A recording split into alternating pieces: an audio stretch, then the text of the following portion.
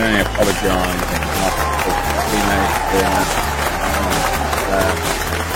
Absolute drivel. Fucking hell. Right. Anyway, I'm here. I'm cringing with you. All right. I'm cringing with you. That was Culture. We are at 200 episodes, though, but that was Culture Casino. I'm cringing with you. That bizarre. I don't know what he was thinking. Good. He's laughing. So he's had a whale of a time with it. I can see him. God. How am I supposed to start the 200 episode now, Culture? You fucking shit stain. All right. Listen. Thank you so much. It's crazy to think we've been doing this over 2 years now. Quite crazy, to be honest. So yeah, season 4, episode 200. It didn't even have a proper name, didn't even have episodes, and we were doing it, and then we sort of started, rolling in with the HCast as a title, and then the seasons and episodes. So we've been going over 2 years, and I this is obviously a pretty big milestone, I think, and a huge thank you to all of you guys for dropping in and making it, successful enough to keep going anyway, for sure. And it's fun, it's a fun show. So thank you, first and foremost, for dropping in twice a week. Thank you for subscribing to the second channel. Thank you for enjoying it. So yeah, cheers. This is quite literally for you guys. You make it a success. So cheers. I do appreciate it. We've got quite a show for you today. Not a whole lot of topics, but it's going to be good fun. And we might take a moment at the end where we just sort of interact with you guys as well, as it is a special, 200 episodes. So we'll round out some time, I think, having a good chin wag with you guys. But the topics that we do have are funny anyway, and they are across the span of about a week or so. So Snow White, Snow Brown. We're going to be talking about Sid the Sloth and his new movie, of course, Snow White.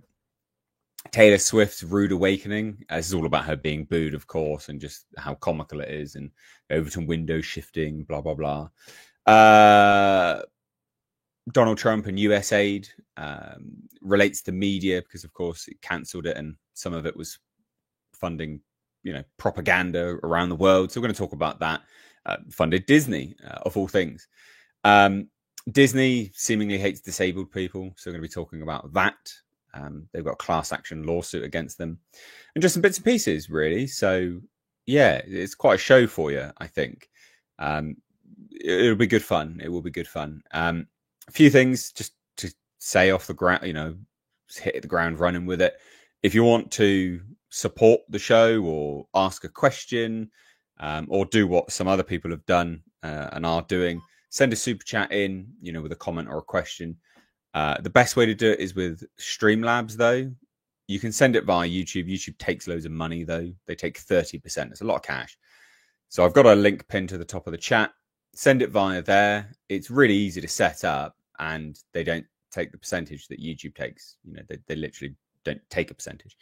YouTube takes a lot of cash. So cut them out of the equation, guys. Send a comment or a question via Streamlabs. Join in the show, basically. That's the way to do it. Also, we've not promoted it enough. I've definitely not promoted it enough.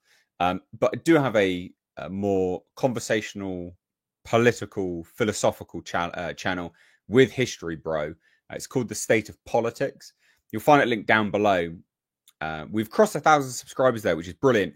And you guys seem to really enjoy mine and Bo's conversation in the last podcast on Tuesday. So if you enjoyed that, that's kind of like a flavor of the interaction, and the videos are much more, I don't know, higher brow, I guess. That's not even really the right phrase, but because obviously we had a bit more of a laugh and a joke in last week's podcast. But if you enjoyed our interaction, at the very least, do check out that channel, trying to grow it and make it a success as well. And that's it. I think we'll bring on the cast. Let's how's it going? All right. I'm great. You're very pixelated, mate. Is your internet? Oh no, no, I'm good. It's all good. It'll be better in about 4 minutes. I don't know. The internet's been wonky, but I will say that I'm very proud of cringing, everybody. to the 200 episode intro. I thought that was great. Good. Love it.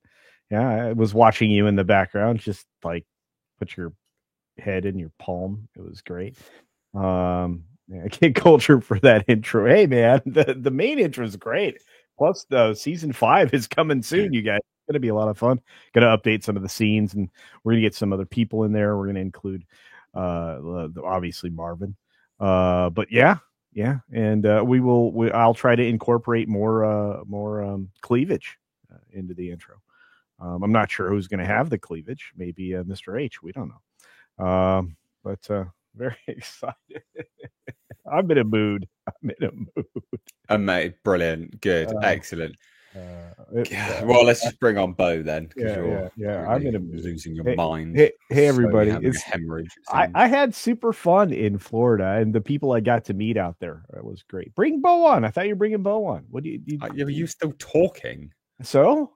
It's rude. Oh, whatever. Anyway, here you go. How's it going? Hey, all right, chaps. How are you? Joining the shit show, it seems.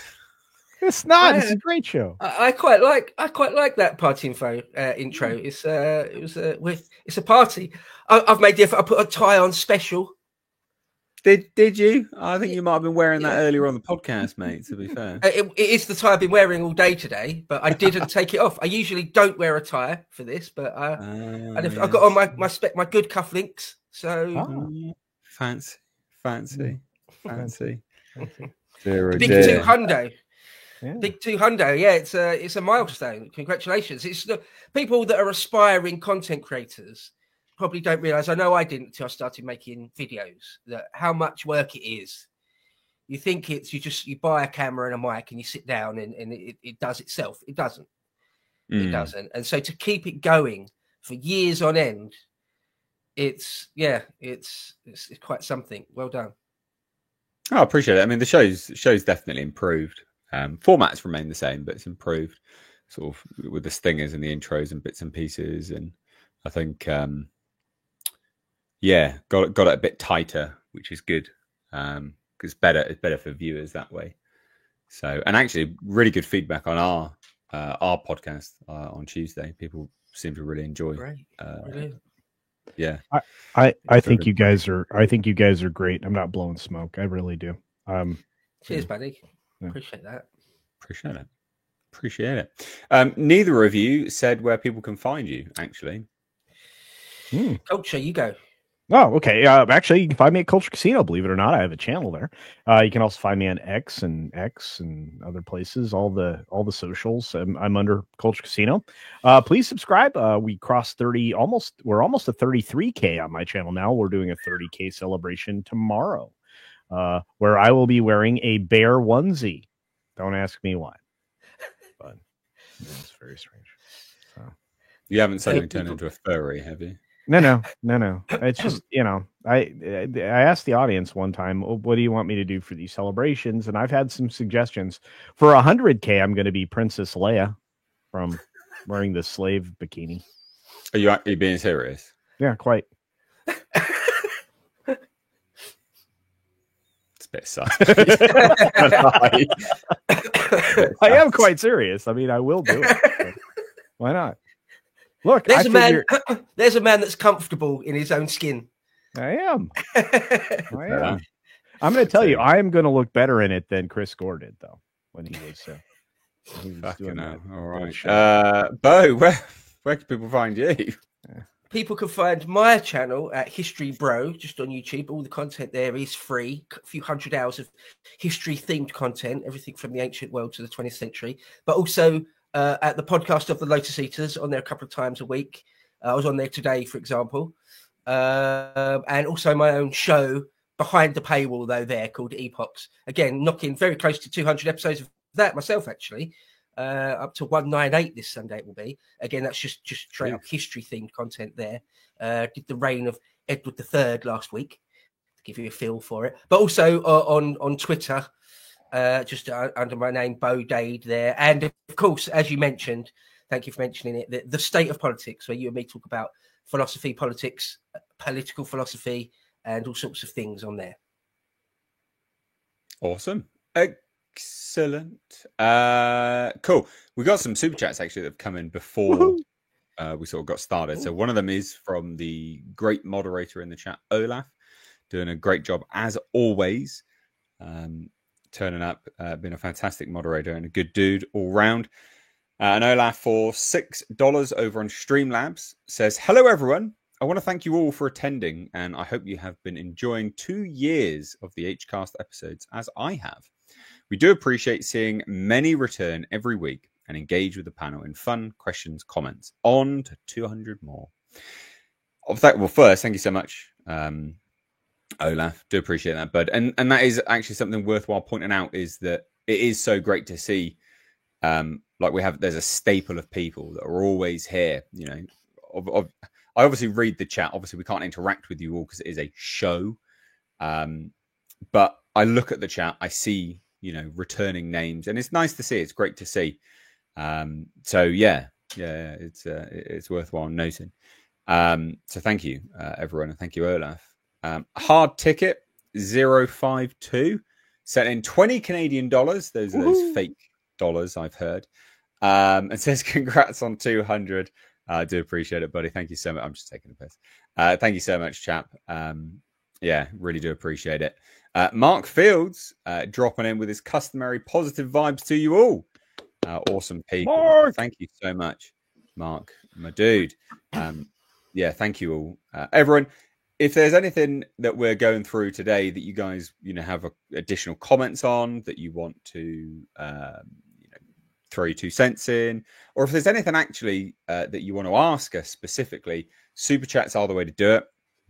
It's the way to help the, you know, the show, the channel. Send super chats via Streamlabs though, and actually, myself and Bo, we did a whole segment on. Based on a super chat on last Tuesday. So it is worthwhile doing, guys. If you have something that you want us to cover that we're not actually talking about, it turned into its own 20-minute long segment, basically. And that was on Tuesday. So yeah, worthwhile doing if there's something that you guys want us to chit chat about that I've not covered at the start, you know, of the show that we're going to be covering, or just throwing in your 2 cents. Also, I don't know. I don't know. No, all right. I'll give it a little bit more time. There's been an individual that's not been here for a while, a subscriber, and I'm somewhat concerned that they may have, unfortunately, I'm sort of smiling because it's a bit awkward, really.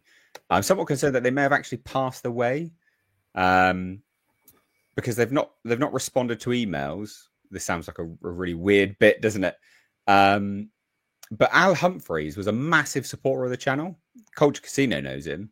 Yeah. Because he was a staple here and on other channels. I might as well just do what I was going to say, actually, but I sort of didn't really. So I'm not actually sure if I've tried to do some research to see, because I know geographically roughly where he is, and I can't see if anything's popped up as in X, Y, and Z person has passed away, etc. So I just want to say, if anyone in the chat did know of him or has spoke to him, please do let us know, because I would like to know that he's okay, because he was a massive supporter of the channel for years and years and years and years and years. And I know he has massive health problems. I know he has a lot of health problems. But yeah, just want to, I guess, try and make sure he's okay, basically. Getting a little bit personal on a show format here, but it is worthwhile doing whilst we've got obviously a lot of you here that would have maybe interacted with him as well. Anyway, not to lower the mood too much, but we shall see. We shall see, and if I have any updates, I shall let you all know, I guess. Anyway, shall we move on to something lighthearted and a bit more fun? Hercules.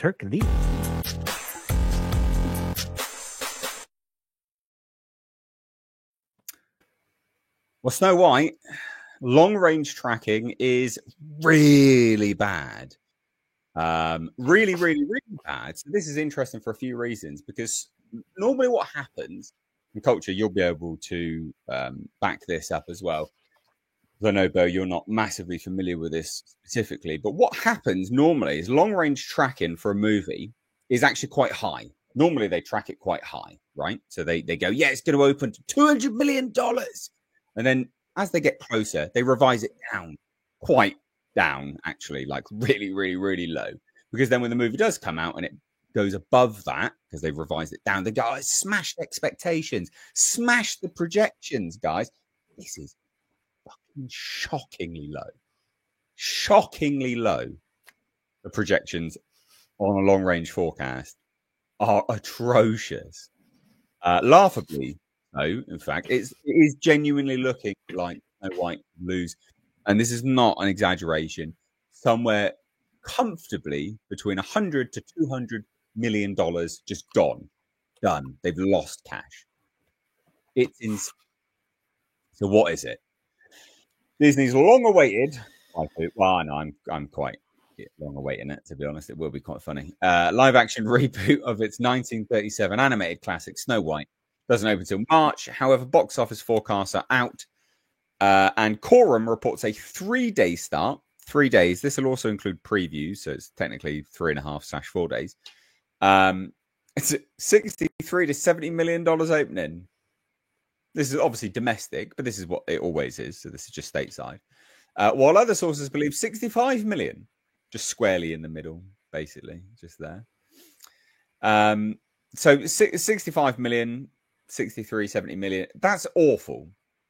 That's genuinely bad. On every single level, that's bad. Now, interestingly, Deadline do a terrible comparison. And they compare it to Sleeping Beauty, which was released in 2014. That movie opened to $69.4 million. And that was in summer of 2014. Now, I hopped on a US inflation calculator for this specifically to figure out what it was. Well over $90 million it opened to. In today's money, that's what it would have been. Well over $90 million. So that's real bad. That's real bad. That's significantly worse than Sleeping Beauty live action spin-off. For a movie that cost $300 odd million easy. Well, This is atrocious. Can I give a comparison for that year? Yeah, sure. Be my guest. Do you know what that also compares to? Guardians of the Galaxy, the #1 movie that year. That opened that opened at 94 million. So not that much more. What, 20 million more? So 2014 dollars. 120 off, basically. Yeah, it's pretty wild, right? It's like you start to look at it that way, what it compares to, and you're like, that was a flipping huge film, you know. That was the first Hunger Game, the year the first Hunger Games, the two-parter Mockingjay and the other one. That was what made Lionsgate somewhat successful. It's not worth comparing it to a franchise like that specifically. Well, maybe not, but at the end of a series of films. Well, let's compare like for like then. Another Disney one-off film related to their fairy tales was Maleficent. Maleficent opened at 69 million. Yeah, that's the Angelina Jolie Sleeping Beauty. That's Maleficent, isn't it? Oh, okay. Well, they didn't put it that way, so that's my. No, I know they would. I wonder what you meant when you said Sleeping Beauty. I was like, what was that? That one completely passed me by. Maleficent, right. Well, did that make money? Just out of interest, did Maleficent make money in the end? I don't think they have it listed what it went down. It went on to make a modest amount of money. Okay. Well, then last comparison. The first Captain America, Captain America: The Winter Soldier, that opened to 95 million in 2014. Yeah, again, that would have been about 120 odd million dollars, wouldn't it? So, overall, but yeah, I mean, it's awful. It's absolutely atrocious. Like, this is real bad. The last figures that we had were in November. Bearing in mind, there's still more taxes to file. So this is because it's filmed in the UK. It's all public filing, expenses basically to get a tax rebate. And by that point, they'd already spent $269.4 million. That was in November. There's still more to file. They're still going to file more, so it's going to go higher. because that was only by the end of 2023. So we're going to end now 2024 into 2025. We're going to have more tax filings because they did reshoots in 2024. A ton of reshoots. They didn't stop filming. I think it was until summer, wasn't it? It was there another round of reshoots. Yep. So this is going to be insanely high. Like you can probably bet it'll be about the $300 million mark, and they've still got marketing on top of it. So even if you're being really generous, let's say it's $400 million, that's $800 million to start breaking even. I'm being really generous. That's $800 million to break even. On its opening weekend, it's making $30 million for Disney. $32.5 million for Disney. Because they've got a split with the theatres, 50-50. It's shithouse. So bad. So bad. So the bottom line is it will lose money, almost certainly. I would be really surprised if it didn't. I'd be really surprised if it didn't lose any money. There we have Sid the Sloth and the counterpart there. So what do you guys think? Thought this would be a fun one to kickstart.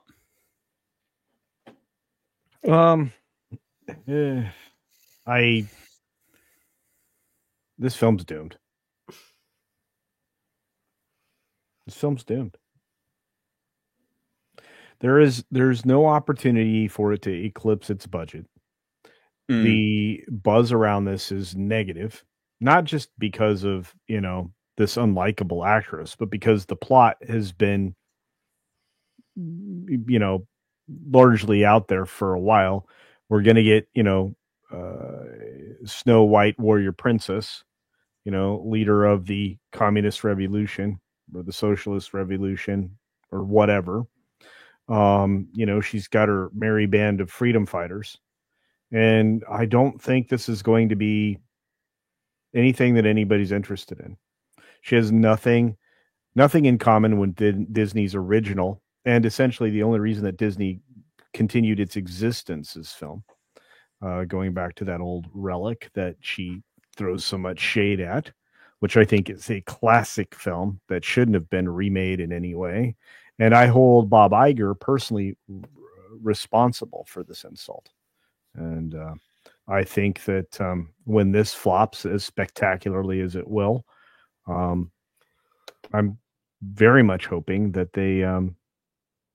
they find a way to expedite his exit. Mr. H, you are making me dizzy, sir. All right, sorry. It was zoomed out, so I was just trying to zoom it back in. Look. Can anyone Photoshop a Black Bob haircut onto Sid? Nobody likes her, and that's sort of the least of it seems like to me. Snow Brown, I saw someone say in the chat. I also saw Shay White, that was quite funny. So it needs to do really well to make decent money, and everything you're saying suggests it's not going to. And it couldn't happen to a better project, really, could it? Because it's pure subversion from start to finish, right? It's weird. It's weird to try and subvert Snow White in such a way. It's evil. Yeah. It's such an innocently weak, it's innocently simplistic story, for about true love. So and it was weird. This whole bizarre. What is that?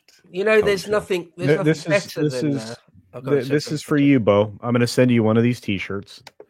This is Shay White. Wow, it's already happened. Okay. Yeah. We made these T-shirts a couple of years ago now. So here you go. So, I'll send you one. So yeah. She could probably grow a better tash than the real Che Guevara. I just you mentioned it. I'm like, hey, I've got this. I think you can still order them on the Beach Punk website, but crazy stuff. But it is sort of pure subversion for the sake of it, and sort of specifically Western civilization and culture, isn't it? But it's just it's sort of just perverse It's like remaking Jaws or something, and the shark is the good guy, or something. Like what? Why are you doing that? And as you say, like Innocent and about true love, and Jaws fighting it's against really climate wholesome. change. Yeah. Yeah. Saving a coral reef at a time. What? Oh dear, oh dear. Yeah, I mean it is like the but that's seemingly what they were doing with all of these Disney properties, because I think they did the same thing with that Little Mermaid. The Little Mermaid one was very similar. They removed the love element from it, I think, didn't they? Because they were like, no, she's not going to give up her. Is it culture? Is this right? Like, am I on the right track here with this? You need to chime in with this one. No, you're 100% right. Yeah, the Halle Bailey remake of Little Mermaid, the live action, they kind of extricated a lot of the romance, and she was certainly going to save herself. And all of the other things that went along with that. They did their very best to not have any kind of a romance. So this is the neo-Marxist way, kids. This is this is what you can expect from Disney now. We're a good little neo-Marxist. There you go. It's interesting, also, like in sorry. I was just going to say, also, they've banked that much money on someone that has literally never been a successful movie star. Oh, she's been god awful. I mean, name a successful film that was profitable that she's been in. Yeah, I don't know of one. I mean, did that Hunger Games one she was in, did that even make any money? I don't know. I was taken to the cinema to see that one, and it was made a tiny profit, but it was long. That was only because it was made for dirt cheap, like dirt cheap. Right. That's what I honestly think they should do. I've said that before, but start making the budgets a lot smaller if you want to actually make money. But it seems like, they're not that interested in making money. They even explicitly say it from time to time, don't they? These sort of neo-Marxist production houses. They say, no, it's about the narrative more than making money. Well, you'll only be able to get away with that for so long until you go bust, right? We live in a capitalist society. Sorry, not sorry. Right? But yeah, as when the neo-Marxist term came up, I immediately thought of sort of in Maoist China, women were expected to do as much labor in the fields as men, or in Stalinist Russia during the war, women were expected to fight alongside the men in combat and stuff. And so, yeah, you're not the ideal of being sort of a female, feminine type role model, living a female life, of being a Snow White type person. Yeah, that's not okay anymore in their worldview. To be subservient to a man in any way, shape, or form. And it's against like the human nature. Right? Yeah. We've had millions and millions of years of evolution to have it the way it is, or the way it always used to be. So I mean, you can only fight against reality for so long. Now, they know better, Bo. Come on now. They know better. The new human, I don't want to get all into sort of leftist political philosophy or anything, but yeah, like the new man, the new people, the destruction of the family, all these types of things. It's Commie 101. It really is. It always has been. Yeah, well, you're not wrong. You're not wrong at all. This is going to bomb. This is going to be hilarious. We'll cover it. In fact, I think on Thursday's show, so it's a shame you're not going to be here, Bo. Thursday's show, I think that they have got the it's coming out for one of them. So not for this one specifically, but we'll be covering it. It'll be hilarious. But Captain America, that's another film which is doing very, very similar sort of strategy as this with this marketing campaign. I'm pretty certain it's on Thursday that they'll be releasing all of the reviews. So that'll be hilarious just to see what people actually think of that. It'll be similar to this, exactly the same kind of thing. And that's had a similar budget as well. Just mental numbers.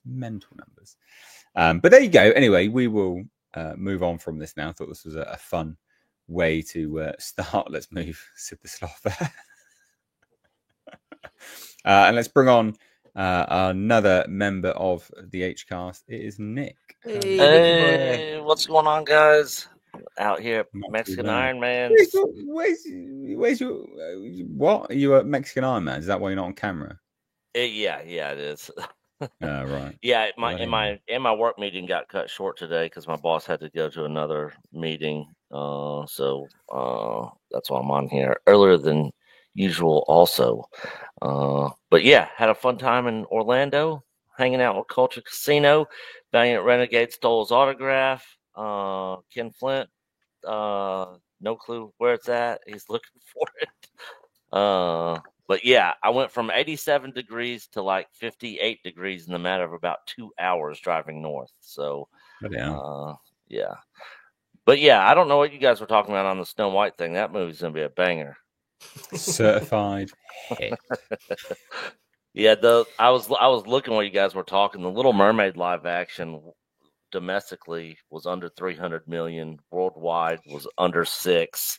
So this one's not going to do much better. It'll be on. It drops March 21st. So it'll be on Disney Plus by April 1st.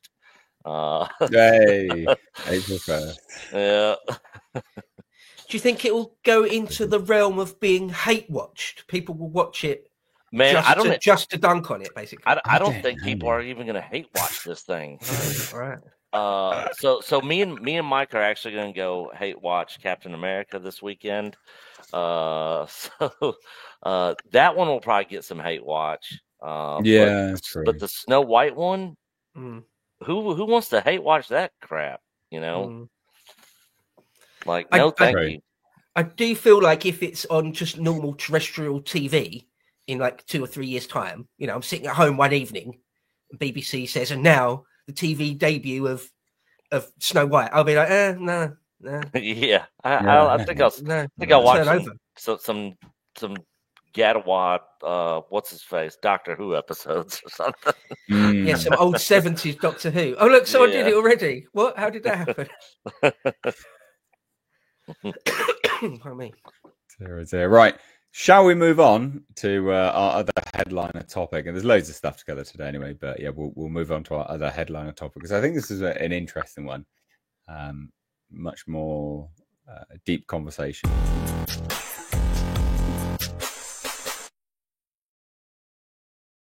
Now, conversation sounds like sarcasm. No, I'm being serious. Like, I think there is a conversation to be had over Taylor Swift being booed at the Super Bowl. I'll just play the video.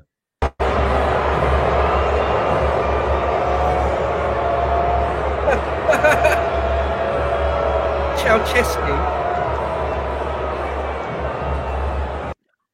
She was like, "What's going on?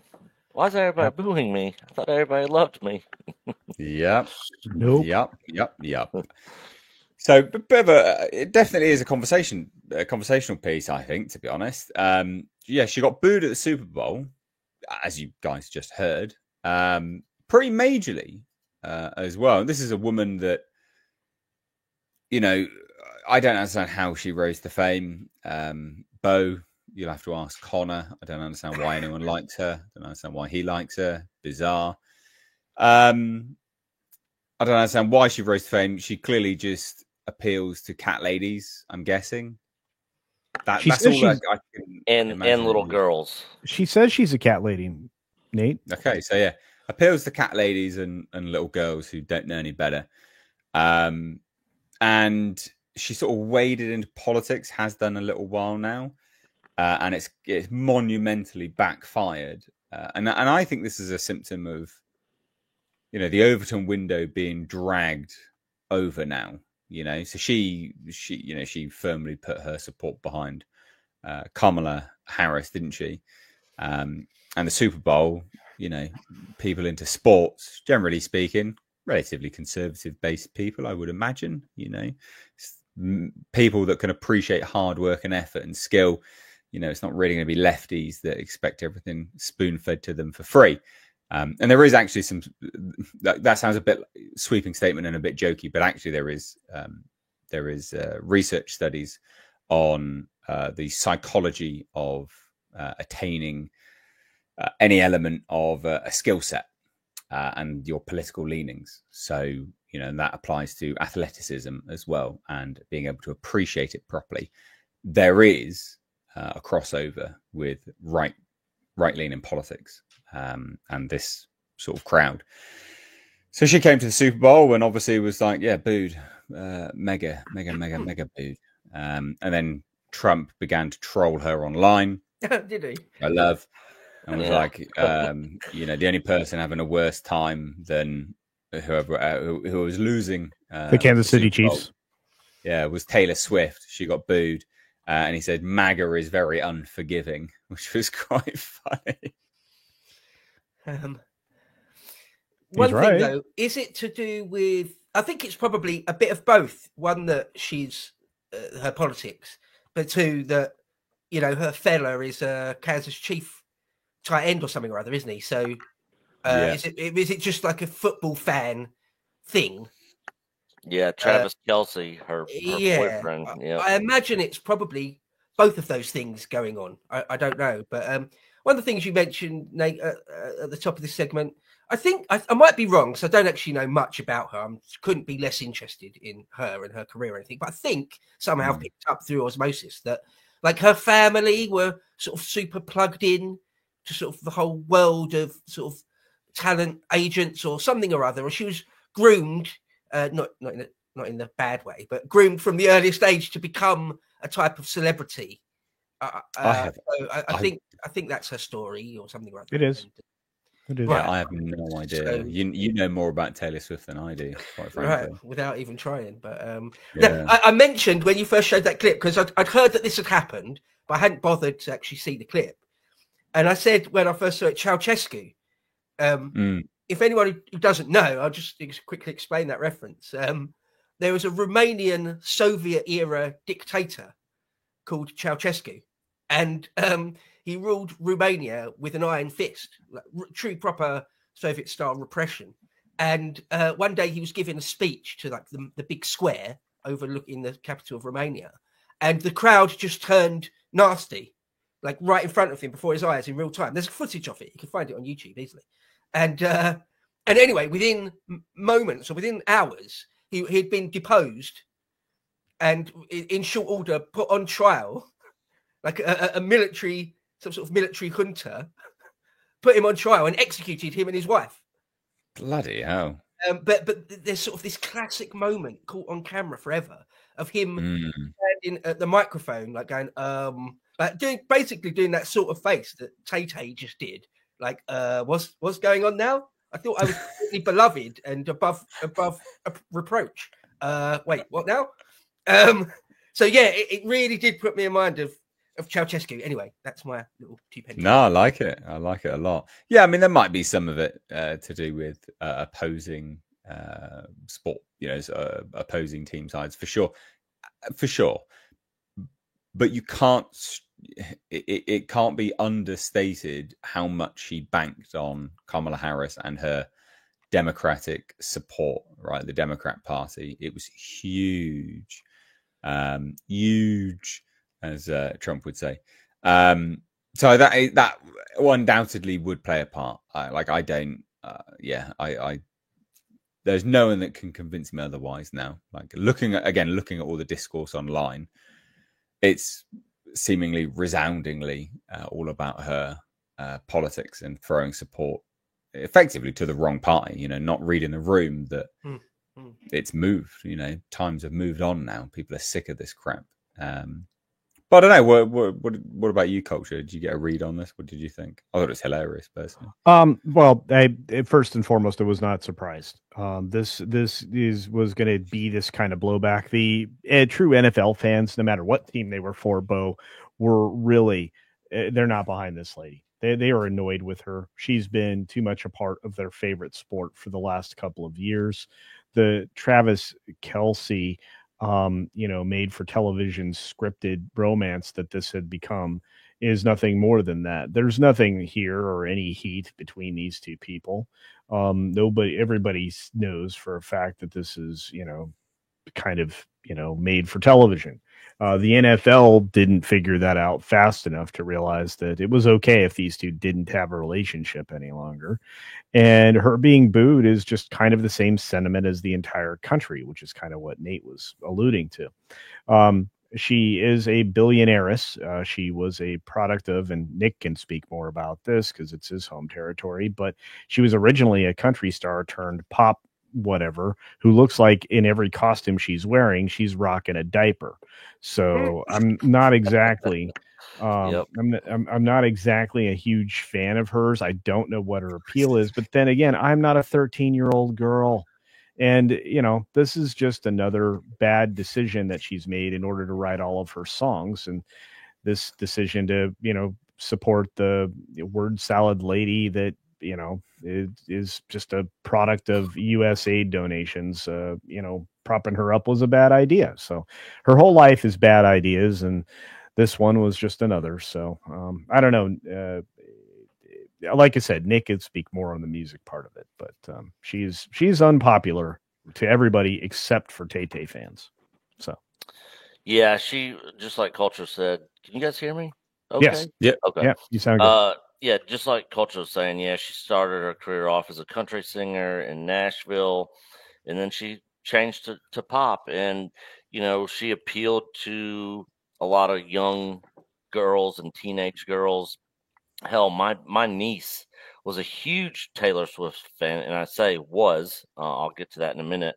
But my sister, like, they would listen to her together. They knew all the songs and the lyrics, and they'd go to her concerts. And I'm just like, barf. But now they are not fans of hers. They don't listen to her music anymore. And like Culture was saying, this thing with her in the NFL has been going on for quite some time. And not only did she back the wrong horse in the last election, people were already sick and tired of her anyways.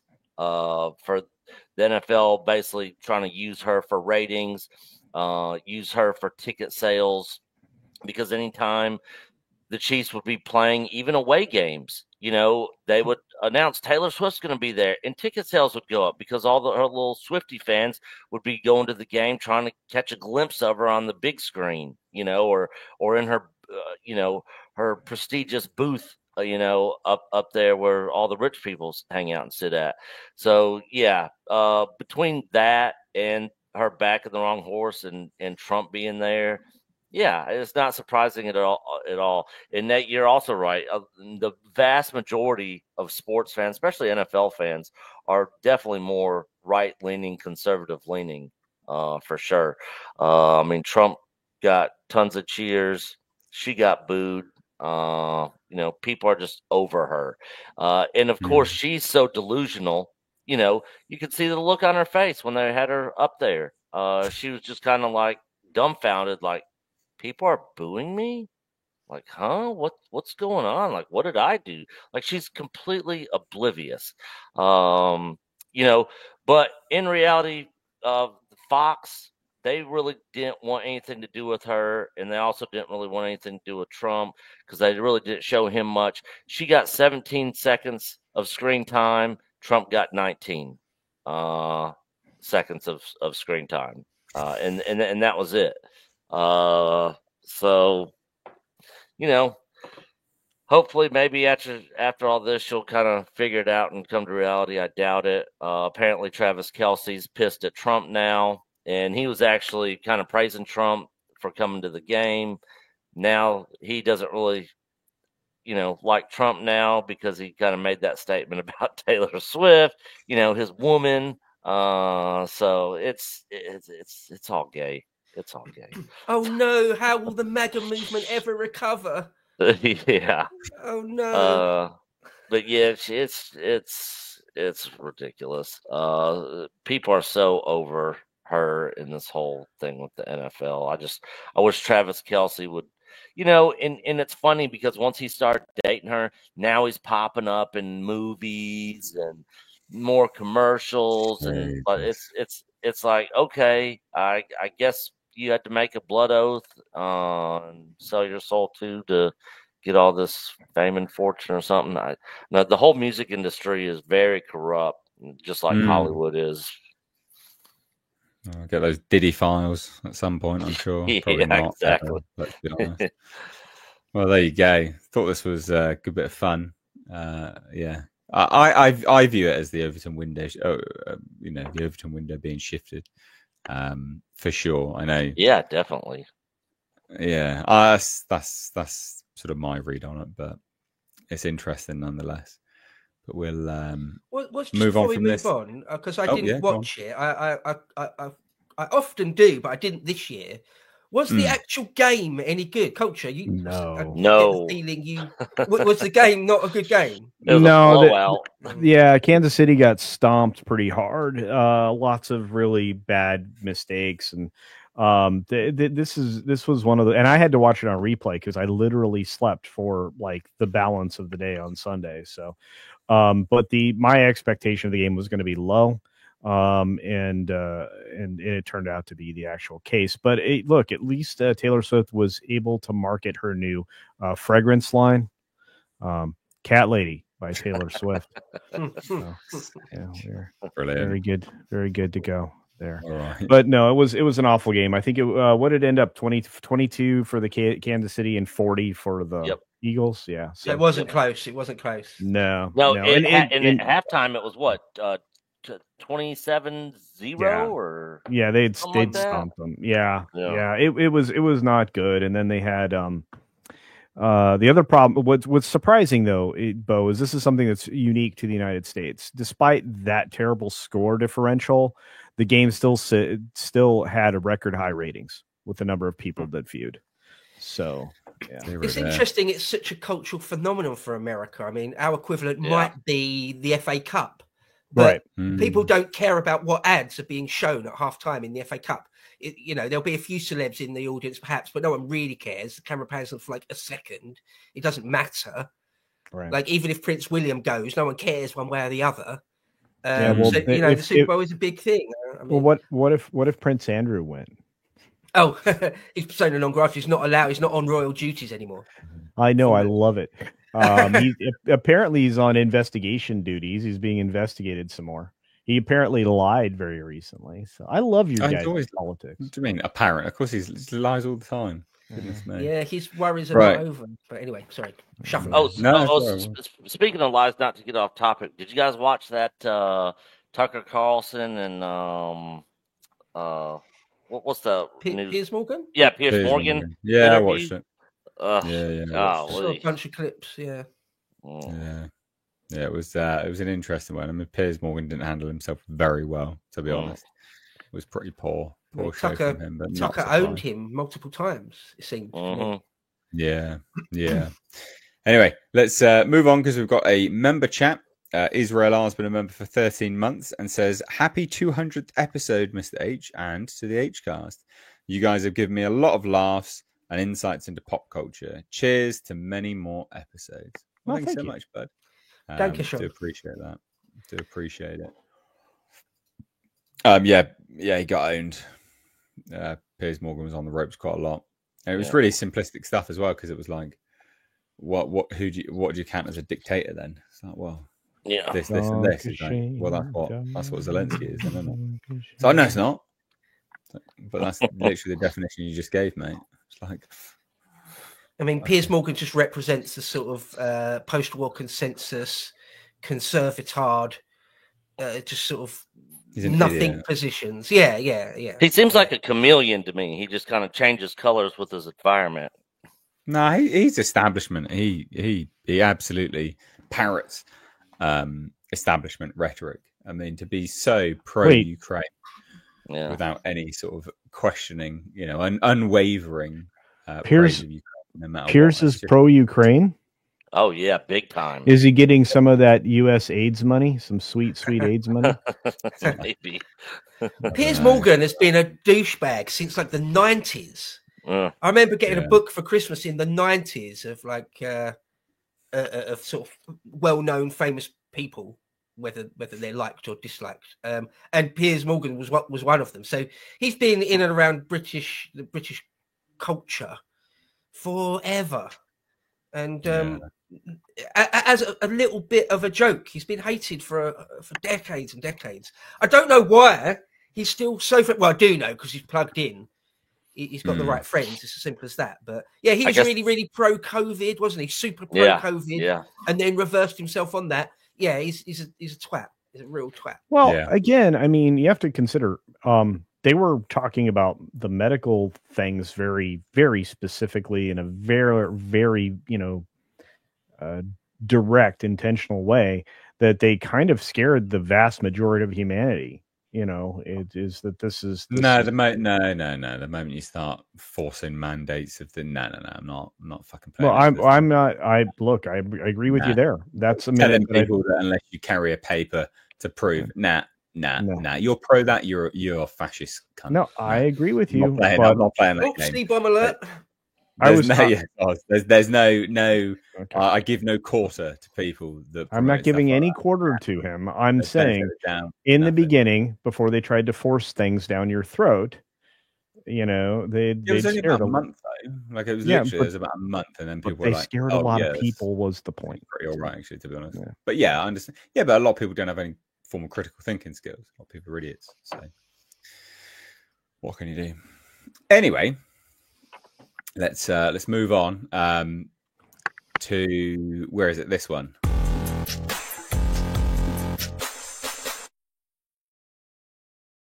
So USAID. I know this is kind of an old-ish story, but it's worthwhile covering. USAID. I like saying USAID instead.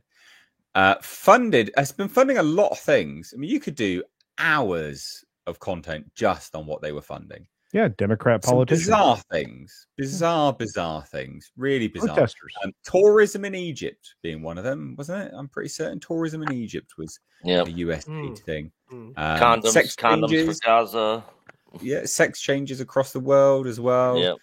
Electric Bizarre cars things. for Vietnam. Bizarre things. Really, really weird stuff. Well, two of them, which I thought was worth covering here, was the BBC and Disney. And Politico. Did you hear the and one Politico, about Politico? Yeah, with the subscriptions. 34 million. No, it's Yeah. more than that. It was like $34 million worth. Like just insane sums of cash. So, yeah. I don't quite... It's weird, isn't it? Because I don't quite know what to say about this overall. Because it's one of those things we just go, oh, well, mask is off then, I guess. Like, it's just confirmed everything everyone ever thought. Yeah. Clear propaganda nonsense being pushed, a clear cabal of coordinated media efforts, being pushed, this and everything else, right? We're not just talking about the BBC overall, but it's weird to be vindicated so brazenly, I guess, right? So bluntly, it's like I really. How do you guys feel, Culture and Nick? Your tax money was funding Disney and the BBC. Yeah, I feel like the same way you guys do for funding Disney movies with 25% of your tax money. So, I'm actually more enraged. To be fair, we are only scratching the tip of the iceberg on this. Yeah. We're not even into where all the money goes from the DoD or any of this other stuff, which they're about to undergo their own audit in a way that they are not ready for. That proctology exam will be hundreds of billions of dollars. Shown to be fraudulent. When you look at this kind of a thing, facts do matter. Facts do matter. And the U.S. aid is going to make it so we get actual news and not, the carefully curated garbage that the BBC has been feeding you guys and our own mainstream media has been feeding us, because they've all been bought off. It's very easy to point out here in the States who's owned by what and how, based on just what we've so far, pulled out of this USAID thing. And by the way, there is no aid in this. That's why I don't like to say USAID. It's USAID. No, I know. It's still yeah. fine, It's a development. It's a development international development slush fund that nobody was holding the reins on. Well, maybe no one thinks aid is legit anymore. Yeah. So aid is the right word to use. To be honest, it's like an offshoot of the CIA or something. Yeah. So this is actually a recent update on the BBC Media Action. This was published today. And it says, this has been incredibly bad week for the world's poorest, with the suspension of almost all USAID funding, the world's biggest aid donor. Right. Okay. But remember, the point was we need a moratorium on it until we can figure out what is actually of benefit to the US. Perfectly valid. So he starts, this dickwad, chief executive officer, starts his whole big post here with a guilt trip. This is nonsense. This is drivel. You're not entitled to people's tax money. The world is not entitled to the tax, right, of the West. Okay? It's not. Sorry. Hate to break it to you. It's not. Especially when they keep turning up on the bloody oceans, on the shores and at borders everywhere. No, the world is not entitled to the West. That's not how it works. But anyway, continues further and says, like so many organizations, we are grappling with the immediate implications on our own life-saving work, as well as on those of others. Sorry, BBC Media Action does life-saving work? Life-saving work? Yeah. All right. One thing is very clear to us. Our work has never been more needed. Yeah. Isn't this funny that they're saying the quiet part out loud? Our work is really needed right now. Why? Because the Overton window's shifting, isn't it? That's why. We need more propaganda to the dumbass masses. That's what it reads to me. We work in some of the world's toughest contexts, supporting local media to develop stronger journalism skills so they can deliver the often life-saving information their audiences need. Fuck off. What are you talking about? Self-important prick. Reporters Without Borders reports that according to a USAID fact sheet, now removed from the USAID website, everything's removed from the website. You can't see anything on the website. Yeah, he's an idiot. Yeah. This is misinformation from the BBC. All the propaganda's been removed. In 2023, USAID supported more than 6,200 journalists, assisted 707 non-state news outlets, and supported 279 media sector civil society organizations dedicated to strengthening independent media. Well, of those 707 non-state news outlets, all 707 were paid by the Biden administration. So they probably were state, actually, weren't they? To be fair, let's be honest. Probably were state-based news outlets, just based on that. These journalists and news organizations hold the power to account.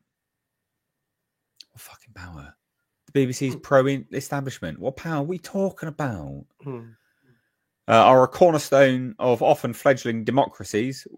Whose kind of democracy? What are we talking about here? What kind of democracy, huh? And provide their citizens with the trustworthy, accurate information they need to improve their lives and counter growing disinformation. The BBC has actually openly lied. Their own BBC, was it BBC Truth or whatever it is called? Verify. Openly lies. Their thing to counter disinformation spreads disinformation. They smeared and lied about Carl Benjamin specifically, didn't they? Yeah. All easy to search up as well. All easy to actually verify, believe it or not. But yeah, no. So there's some other nonsense here that they keep sort of, flating themselves over. In Musk's sights, of course, it's Elon Musk. I didn't expect this week would include BBC Media Action being on Elon Musk's radar or in most of the UK national press and several international titles too. It has driven support for our work. Good. But has also led to widespread misinformation online, including from Elon Musk, about our work and our relationship to BBC News. Much of it linked to polarising debates around the role of overseas aid and the role of public service media. I want to share a few facts to help counter the misinformation. BBC Media Action is the BBC's international charity. Although we are part of the BBC family, we are editorially completely separate from the BBC News. We are an independently funded charity registered in England and Wales as a charity with a UK Charity Commission regulator. Well, I'm sorry. The fact that you believe you're editorially separate from the BBC doesn't mean jack to me, because the culture entrenched within the BBC is one of paedophilia. but 2 of incredible left-wing bias. So I'm pretty much sure you're exactly the bloody same, to be honest. I don't buy that. I just don't. I don't buy it. I don't buy that you don't communicate with your friends, you know, in senior roles and all coordinate things. I just don't. I'm not going to buy it. And you're probably a pedo too. We support local media and ensure people on the front lines of conflict and crisis have access to trustworthy information. A free and trustworthy press is essential to freedom and democracy. Because we've got that here. Yeah, we've definitely got that here right now. And 75% of people around the world live in countries without a free press. It's not free if it's being paid for by Democrats. It's not free. It's just not. We work in nearly 30 countries, 50 languages. We follow editorial values and standards of the BBC. Sorry, what? Have you not just contradicted yourself? Editorially, completely separate from BBC. But we follow the editorial standards and values of the BBC. Am I reading that right? Am I having a hemorrhage? Have I had a brain aneurysm? Has he just contradicted himself within 2 bullet points? Sounded like it to me. Jesus. Devastating loss. Basically, just he's literally asking for donations. He's asking for donations. He's got a donating page. Unbelievable. Yeah, but that's not surprising. His funding went away. I'm going to tell you right now. I as corrupt as the BBC is, I think as a taxpayer, I'm going to ask y'all for a refund right now. I'm going to set up a donation page, and I'm going to ask every person in the UK to send me money for me funding your media for the last, I don't even know how long, 20 years. I'm freaking pissed. Where's my money? Where's my money? Touche. Yeah. Well, this is my segment on the BBC part. What do you guys think about all of this, Bo? Seeing as you're, in the UK and know more about the BBC, let's get your opinion on all of this first, and then we'll move on to the Disney bit. But what do you reckon about this? Okay, so there's a fair bit I could say. I'll have to say it all. Let's go. Yeah, use up all your F-bombs. If anyone's read the original Orwell novel of 1984, the Ministry of Truth in that is the BBC. Orwell himself worked for the BBC. And so the Ministry of Truth, the idea of double think, the idea of saying the opposite. So the irony of BBC Verifier and various things like it, that they're the arbiters of truth, that they can tell you what is and isn't real or true, when in fact they're the biggest liars going, almost. It is like something out of 1984. It is like Mini True, the Ministry of Truth of 1984. Now, the rabbit hole on this goes so deep, you know, the USAID thing. Now, there's a very interesting guy called Mike Benz. He was on Joe Rogan not too long ago, about 2 months ago. An old State Department guy. He's not old, but he used to work for the State Department, and now he's sort of a whistleblower. And there was a very, very good podcast. He was on Joe Rogan, talking all about this in fantastic detail. And I did a segment on the podcast of Loath Seaters. I put it for Olaf, if he wants to pop it in the chat there, if anyone's interested, for after this stream. And I called it the Censorship Industrial Complex, and talked about Mariana Spring Wurlitzer. Now, there's a quote from a very old CIA operative who talked about the Great Wurlitzer. A Wurlitzer is just a very old-fashioned word for a jukebox or a music playing machine. And the way the CIA used to do it, or has done it for many, many decades, was that they play the tune. They pick the tune that the Wurlitzer, the jukebox, plays, and the rest of the world has to dance to that tune because they set the narrative. They tell you what is or isn't true or real, right? And so they're still trying to do that. This censorship industrial complex, trying to mass censor all sorts of things, trying to tell you that you're trying to gaslight you into thinking that you're mad, that you're wearing a tinfoil hat, that it's all conspiracy theory nonsense. When in fact, no, they're the liars. They're the liars. And this, as Culture said, it's just the tip of the iceberg we've seen so far. The amount of money and resources And again, this goes so much deeper than simply US aid. There's so many different agencies and intelligence services, CIA cutouts, quote unquote cutouts. There are so many mainstream media, corporate mainstream media organs that are completely in the pay of the deep state, whatever you want to call that, the establishment, the intelligence services. There's a number of ways. The blob, sometimes people call it. All sorts of things you could call it. The cabal that is trying to run the world, or at least the Western world. And so it goes super deep, super deep, and it's really, really dark, horrible stuff. Just like in 1984, to come full circle here, an attempt to dominate normal people, to dominate the narrative, to dominate their thinking and their worldview for a nefarious reasons. And it's horrible. And if Trump and Elon can begin to pull the curtain aside and see the man behind the curtain, then it's only a good thing. And you remember, we're still only a few weeks into the Trump administration. If they can really lay this bare, the amount of money and resources and political capital that's spent on quote unquote international development, which is really just an extension of the State Department. It's really just an extension of US, and not just US, as you can see, the BBC's involved and all sorts of things, but an extension of the State Department and US foreign policy. All these quote independent journalists. No. This is a way to subvert all sorts of countries around the world, is to put pressure on them, to make them fall in line with the US empire. Again, in a nefarious sense. This is just one element of the State Department, or of the so-called soft power of the United States. And it's horrible, and I hope it dies a death, but it's giant. It's giant, this thing, this monster that has been created.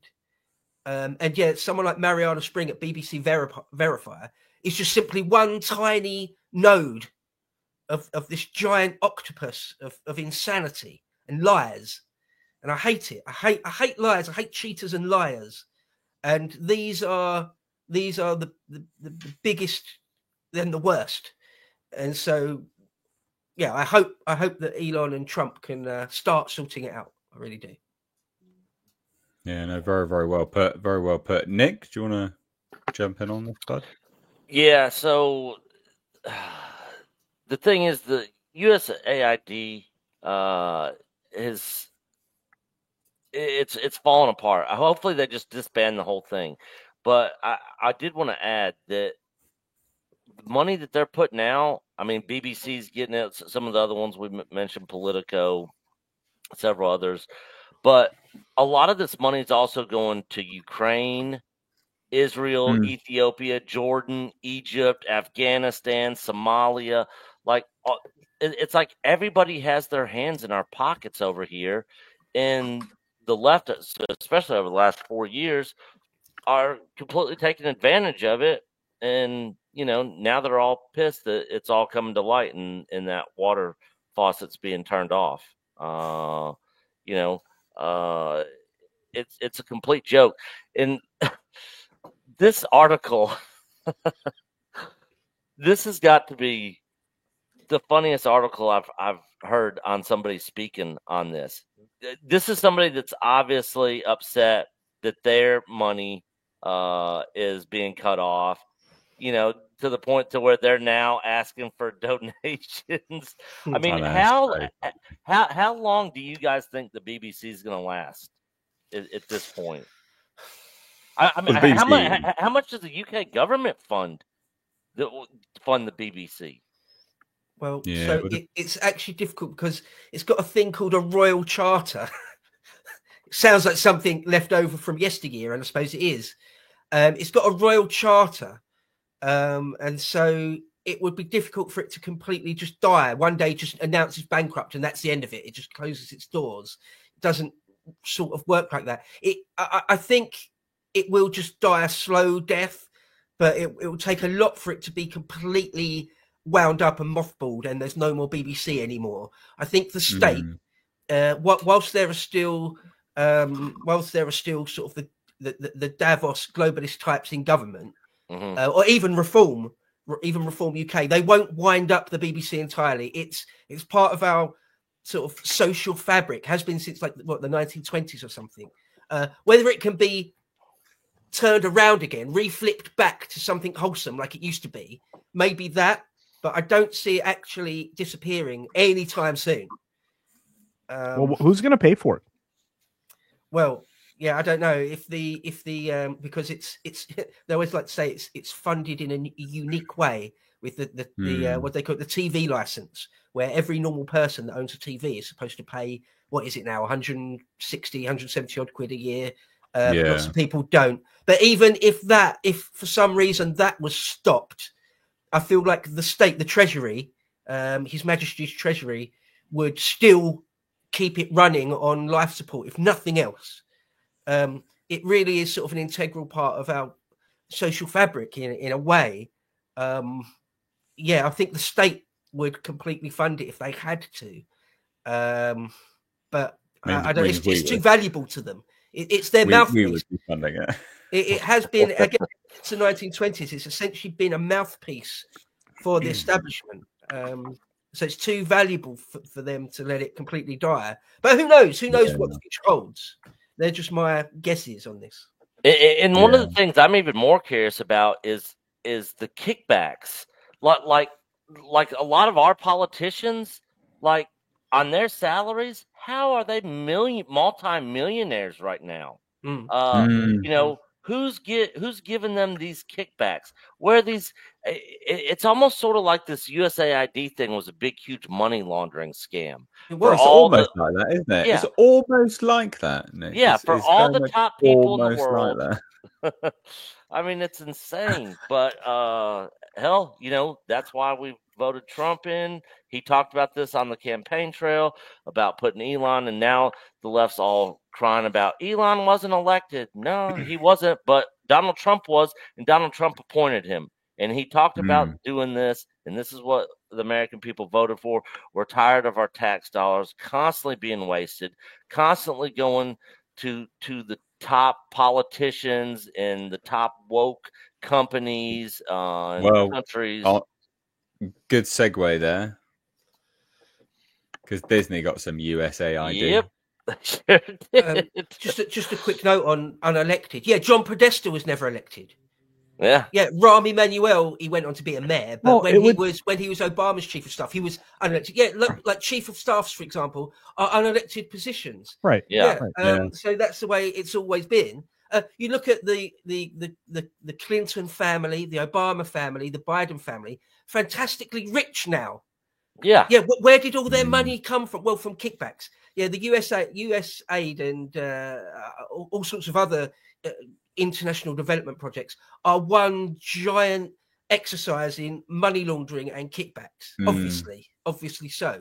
I mean, even Zelensky recently said that out of all the billions, the hundreds of billions America is supposed to have sent the Ukrainians, he's only seen a portion of it. So hundreds of billions just in the last few years, just on the Ukraine front, have just disappeared. Well, he's a billionaire now, isn't he? How did he get? Extremely rich now. Yeah. And did you Ukraine, hear? one of the most corrupt countries in the world, or was rated as the most corrupt country in the world. Still probably is one of the top. But did you guys hear about the Ukraine basically selling all the weapons that the U.S. has been giving them to like cartels and like selling them on the black market? I don't know enough about it. I've heard it, but I've not looked into it. It's insane, absolutely insane. But well, what is also insane is one of the biggest movie studios in the world getting USAID to create a pro-conservationist cartoon animation for Africa for Nat Geo, where like it just the mind boggles. It's so bizarre. It's called Team Sayari. It's all pro-conservationist, which I'm all about conservation. Yeah, that's fine. Like, absolutely. You know, I don't want animals to get extinct. Like, of course not. I'm pro-conservation. You know, I don't think people should go and shoot rhinos and elephants and things like that. I think tigers is wrong and all those kind of things, right? Like, I'm pro. You know, I'm pro that. That's good, right? But who the fuck is watching this? Nat Geo in Africa. Who has Nat Geo in Africa? Who's watching this in Africa? Who's the demographic that needs to be benefited from this? Because the West knows not to do these kind of things. What? Who's this for? Yeah. Like, they're not watching. They're not sitting down in their mud huts watching this, are they? Who is this actually? Oh, sorry. Best not go out and kill that rhino that's been terror. Oh, that tiger. No. What is this? Absolute nonsense. It's not a small amount either. It was fun. We don't know how much it was, but the show overall cost about $6 million. We don't know how much of that was US aid. But why is the biggest company in the world getting USAID? Why? Again, it is an exercise in embezzlement, isn't it? I remember we did a segment on this on Lotus Eaters last week, I think, and there was one where they made a Iraqi version of Sesame Street. Yeah. And it cost I think it was in the 20 odd million, something in that. Oh, it was only 20 million. It was only 20 million. You fucking high. It's just 20 million. It's just 20 million. I'll make it for $5 and a bacon sandwich. Why? That's how much it costs. What on earth? The thing is, there is a cabal of people that enriching themselves to a disgusting degree out of all of this. That's what it really is. That's what's really going on. To get it? Some of this money. I'll do it. Yeah. Lotus Eaters are independent journalists. Didn't see a penny. We're never approached by anyone. Of course not. Because we're in the business of telling the truth where possible, whenever we can. So, we're persona non grata, of course, but no, filth. These people are filth. Yeah, 100%. But it is interesting, isn't it, how pro-Democrat Disney has been as well, right? You know, they run, they own the station that The View is aired on. The View, notoriously a bunch of left-wing shit-lib women parroting utter nonsense crap and attacking Republicans and Trump nonstop. That's interesting, isn't it? That's interesting. They get a USAID kickback, do they? That's what it sounds like. Again, it's the Wurlitzer, the jukebox of the intelligence services. Back in the day, back in the 50s or the 60s or something, the head of the CIA, someone like Alan Dulles, could literally ring up the people that control the controlling editors at, say, Time magazine, and say, get one of your guys to write an article, and this is the take. I'm telling you what you're going to say in it, and it's just presented as just journalism. It's not at all. It's something much more sinister than that. And now we still live in that world. There's much more to it. There's a few more layers of misdirection, but that's exactly the same thing that's going on. It's even more obvious now, though, because we had that in the UK. You know, Southport happened. He bought a knife on Amazon. The very next day, knives are bad. Amazon stabber. Amazon blah blah blah. That was all heavily coordinated from the top down. But it's more obvious now than it's ever been. It's weird that they still try to cling to this approach. You know, you'd think that they'd be more. I don't want to give them ideas, but you think they'd be more subversive about it. It's their main tool. Sorry, I know Culture wants to dip in, but I'll just say, like half a dozen of the biggest newspapers all coming out with exactly the same headline about Amazon or whatever. Yeah, and sometimes you can find clips. I think Salty Cracker is quite good for this. Sometimes on YouTube, people put together a compilation video of all the American news channels saying exactly the same thing. Like, for example, Sharp as Attack thing. One of them was that the walls are closing in on Trump. I remember that one quite clearly. We got 20 different news stations all saying the exact same line, quite literally a party line. The walls are closing in. The walls are closing in on Trump. Oh, the walls closing in on Trump. Walls closing in on Trump. It's crazy. Anyway, sorry, you go, Culture. Sorry.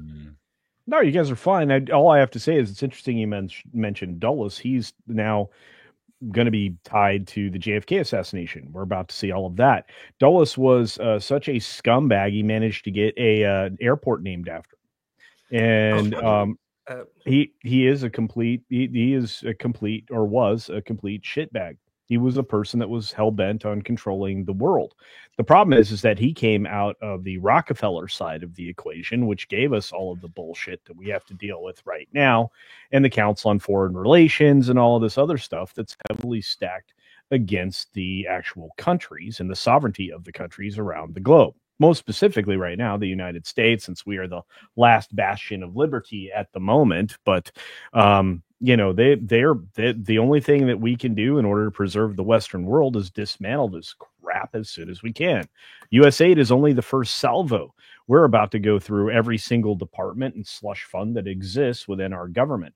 As Elon pointed out, how many departments in the government do you need? Over 100? Well, there's who knows how many there were before he began. And we're about to start shaking the tree and finding out a lot of things. I'm going to keep saying it. This is not even the tip of the iceberg. We spotted it. We spotted the tip of the iceberg from shore. Now we're going to go out and try to get the entire iceberg. I don't even know what that looks like. If hundreds and hundreds of millions, hundreds of billions potentially from the Pentagon alone. So.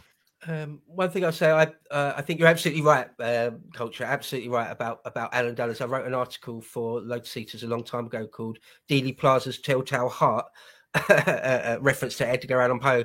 The JFK assassination has haunted America and the world, really, ever since it happened. And I firmly accuse Alan Dulles and the CIA of it. I then made another video on the same thing, and I've done a couple of other bits of content all about JFK and squarely saying it was Alan Dulles. And I hate to do this fedora tipping thing, but Dulles Airport is named after his brother, John Foster Dulles. Oh, no. Oh, I thought it was... it's a comment. No. I love that you have that piece of history because I was mistaken. I love to know when I'm wrong. So thank you. No, because there were two brothers. His elder brother, John Foster Dulles, was actually head of the State Department. And while his little brother, Alan, was head of the CIA. So between them, at the same time for a while. Also shitbag then. So yeah. So between them, they controlled all foreign policy for a while. John Foster controlling sort of the official open foreign policy, and Alan, little brother, doing all the secret dirty stuff. So yeah, anyway, we're talking about Disney and USAID. But yeah, you're right. No, it's the tip of the iceberg, and this goes deep, real deep. It goes to the heart of the matter, actually. It goes to the crux of things, I think. Yeah. I think we've covered it pretty extensively. It'll be fascinating to see what happens moving forwards, but it's still interesting to cover these little bits and pieces as they come out. So we'll move on now. Got a super chat here from Jeremiah Hembry. Says, out of the 3 Disney Marvel films that I want to see this year, I want to see Thunderbolts. That's the only one I want to see. I couldn't care less about Thunderbolts, not going to lie. What's that? I've not even heard of it. What's it? I have most people haven't, to be honest. It's not. It's your average anti-hero movie. Like villains are doing good things, basically. Yay! They've got to be slapdash together and against all odds. It's like okay, cool. It's a more concise version of that is. It is Marvel's version of the Suicide Squad. Right. Okay. I didn't think Bo knew what the Suicide Squad was. So no, I do. I'm aware. Oh, it's got I've just googled it. It's got Florence Pugh in it. Yes, and her baggy ass pants. Yes, it does. Yeah. Well, good for you, Jeremiah. She like Taylor Swift is wearing a diaper. Indeed. We got another super chat here from Horseradish Power over on Streamlabs, and says, I've spent a week working on your challenge, and me and ChatGPT have been working hard on our Captain America 4 story. It's coming along nicely, and a week of deep analysis of the trailers and clips. It's brain-breaking bollocks. It's utterly stupid. I can't remember what this challenge was. Do we quite like that like turn of phrase though? Brain breaking bollocks. What you do is you take the descriptive language of all the trailers and teasers that has come out for the film, and then maybe he's feeding that into Chat GPT, seeing if it makes sense. I think we challenged someone to make a proper Captain America 4 script with AI. I can't remember. I'm pretty it must be something like that, but I can't remember. But on that note, guys, please do send in your super chats via Streamlabs. So you can see this. I've just highlighted the comment. It's actually pinned to the top of the live chat right now. So if you want to ask us a question, comment, support the show, this is funded by you guys, for you guys. The best way to do it is with super chats. YouTube does take 30% of the money, though, if you super chat via YouTube. So if you send them via Streamlabs, it cuts them out of the equation. They don't do that. Streamlabs is a really, really good way to support any creator, not just me. And they get the maximum amount of the money that you send, basically. And you can also say more for your money. So you get more bang for your buck.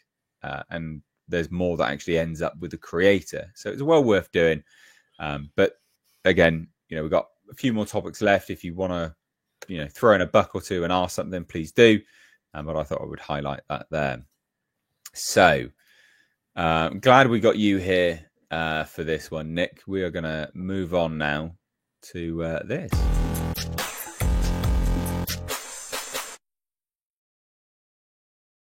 So Luke Skywalker, he's coming back to Galaxy's Edge. They teased him. Turns out it's only for a limited time event, though. So took years and years and years to do it. And everyone in because they tweeted this out, basically. They tweeted out this little video of, Luke Skywalker. He's there with R2-D2. And everyone's like, nah, too little, too late, mate. Nah, too little, too late. Nah, not interested, mate. We talked about this in Orlando. So it turns out they're only doing it as a limited event anyway.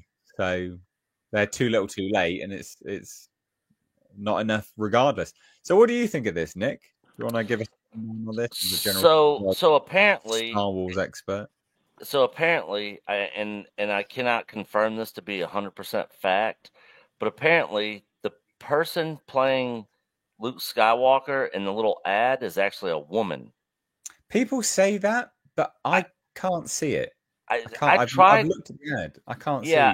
I tried looking. Like the hips seemed a little small. Looked like you saw a little side boob maybe poking out. It could have just been the way. That was just the robe. Yeah, it could have just been the robe.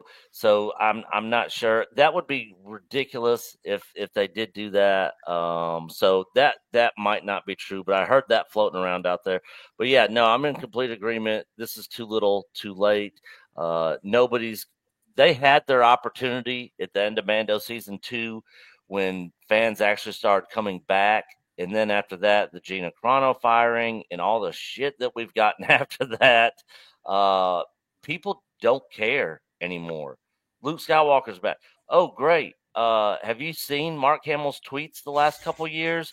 Like, people don't care anymore. He's mental. He is mental. He is so far out there.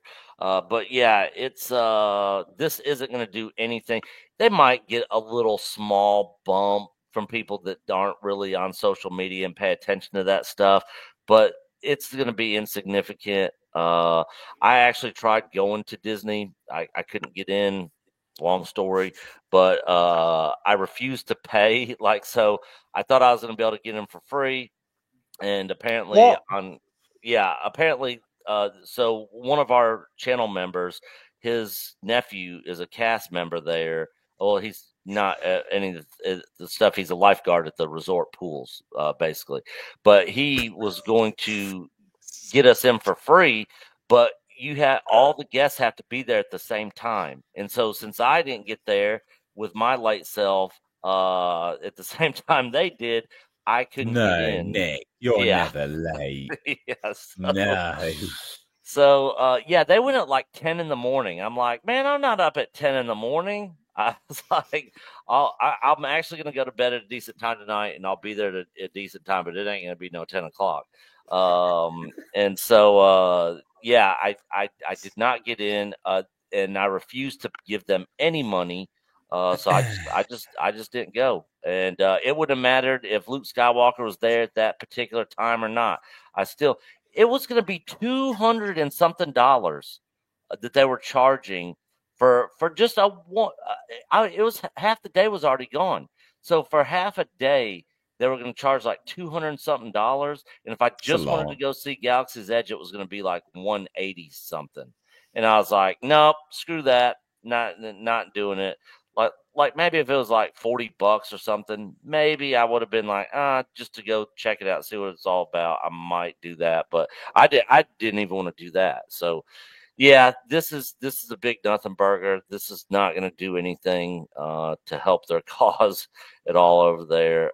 Star Wars is dead, like Culture always says. And until they sell it and somebody else basically wipes the slate clean and starts over, I don't see it ever coming back, ever.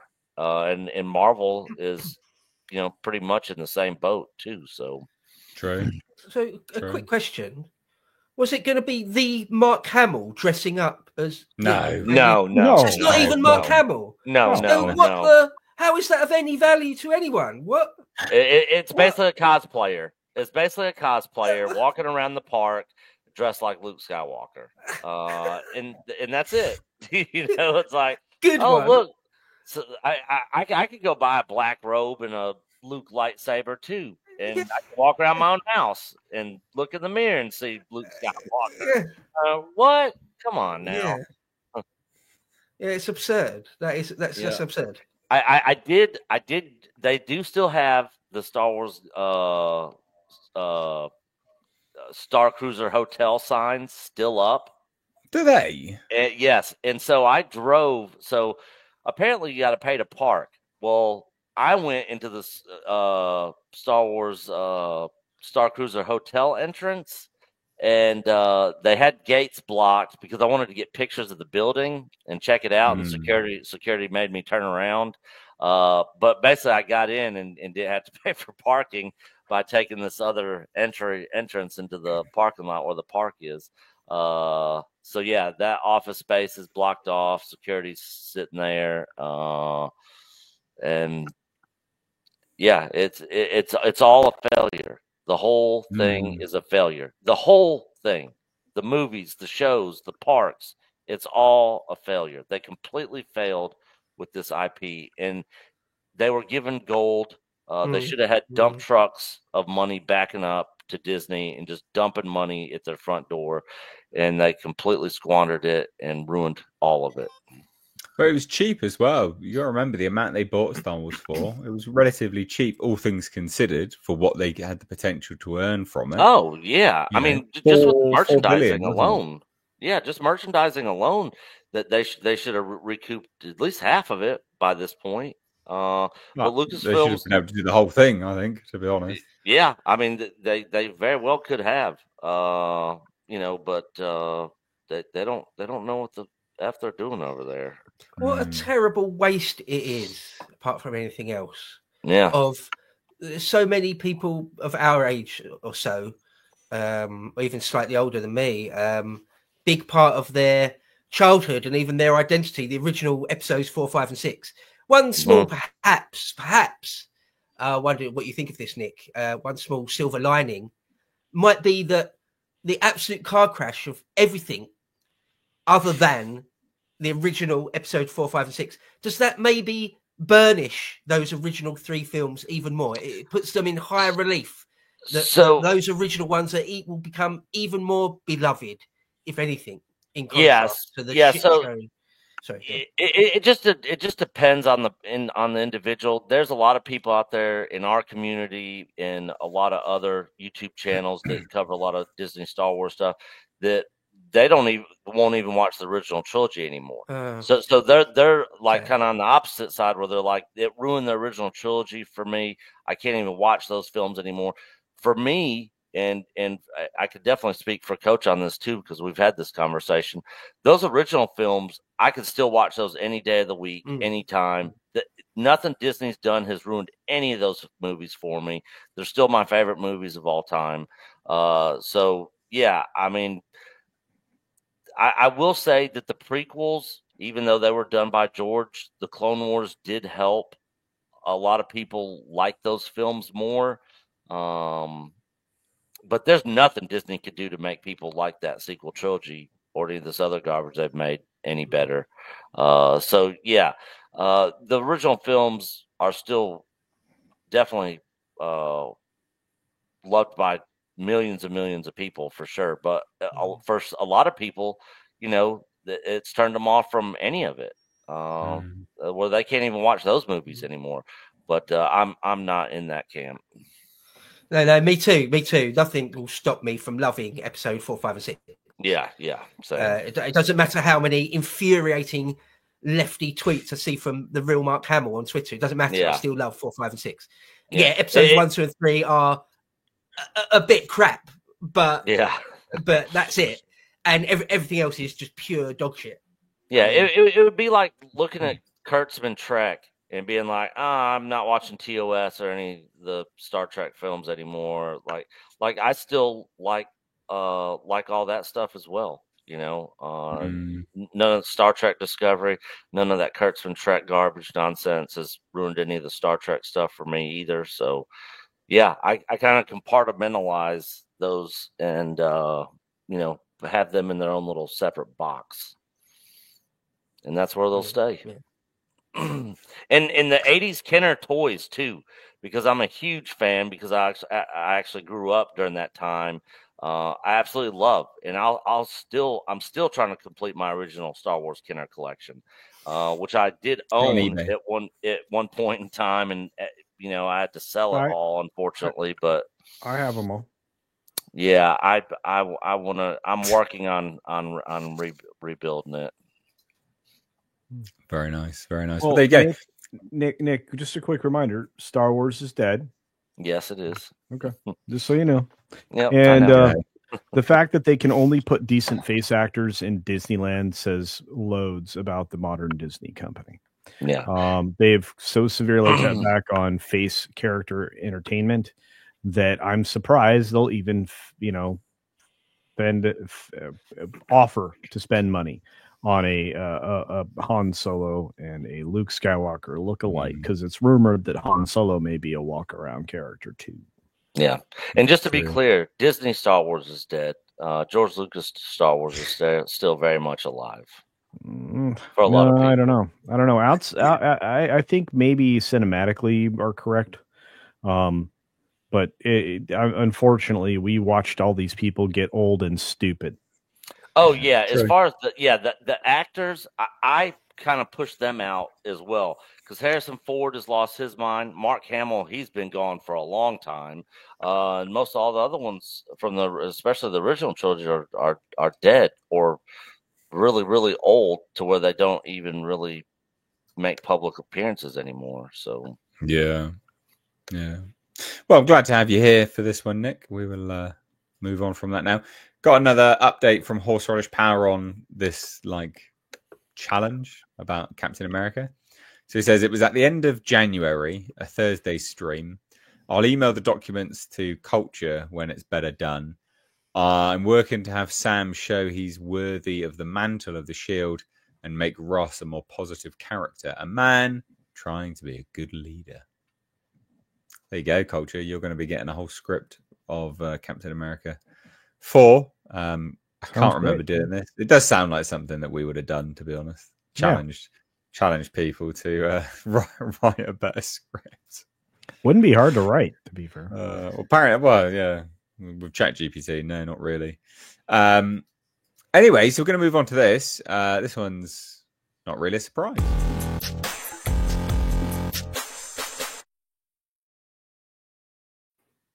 Disney hates everyone, so, you know, hating disabled people is not really a surprise.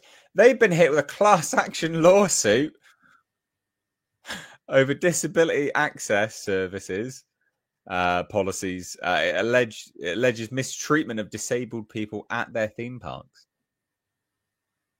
So Disney's got it in for the less abled among us, it seems. Walt Disney Parks and Resorts is facing a major class action lawsuit. Bearing in mind, the last one they had of this was a gender pay issue, and they lost that. They had to pay out money. So this, the precedent's quite high for them having to pay out a lot of cash, basically. This is what's funny. But anyway, there's been controversial changes to the Disability Access Service, a system designed to assist guests with disabilities at Disneyland and Walt Disney World. The DAS lawsuit, Malone versus Disney, was filed in Orange County, California, and alleges that Disney, along with its contracted medical screening partner, Inspire Health Alliance, is engaging in discriminatory practice that violate multiple federal and state disability laws. Oh, big no-no. Well, that's a big no-no.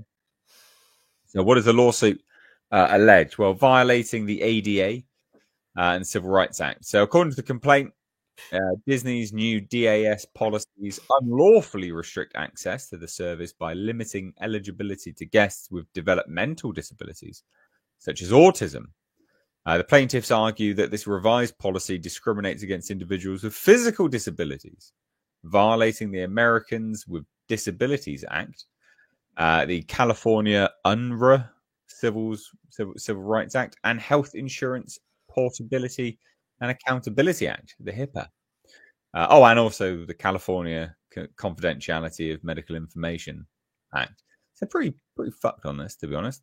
The lawsuit further claims that Disney has implemented unfair and coercive policies. No, they'd never do that.